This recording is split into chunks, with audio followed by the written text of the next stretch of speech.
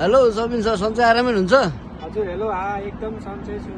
अनि काम के कस्तो लागिरहेको छ?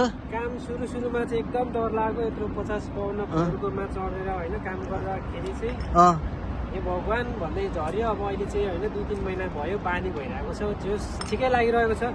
अरू फिल्डमा भन्दा चाहिँ अब यो फिल्डमा पनि होइन सेलरी पनि ठिकै छ, त्यस्तो खतरा चाहिँ होइन, ठिकै छ। अरू फिल्डको हेरेर राम्रै छ।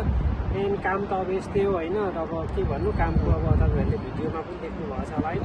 कामको त डेन्जरै हो। यसरी एउटा रोगको सहाराले चाहिँ होइन हामी अब सायद झर्दैछौँ। एन्ड के भन्नु, अब हग्ने मुद्दे रुपै गएर हो होइन, त्यस्तै छ कामहरू। अहिले तपाईँ कति फ्लोर हाइटमा हुनुहुन्छ म्याक्सिमम? अहिले 50 फ्लोर हाइटमा होइन?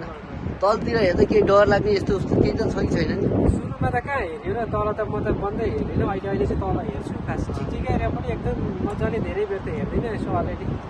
अहिले भनेपछि काम म्याक्सिमम 3-4 महिना भयो? हजुर 3 महिना पुरा भयो, 4 महिना 4 महिना थाल्यो होइन? 4 महिना थाल्यो। काम त अहिले पुरै कम्प्लिट गरिन्छ होइन? पुरा क्लियर?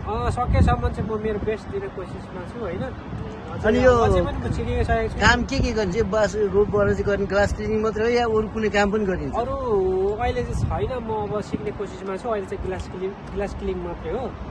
अब अरू सिलिकनहरू चान्स पाइयो भने सबै काम गर्ने? चान्स पाइयो भने त छोडिँदैन काम कुनै पनि यो आउँदैन भनेर छोडिँदैन, आउँदैन भनेर छोडिँदैन। गर्ने ट्राई खाली त अघि बढो रेल छिरिसक्यो, को चढ्छ चढ्नेहरू।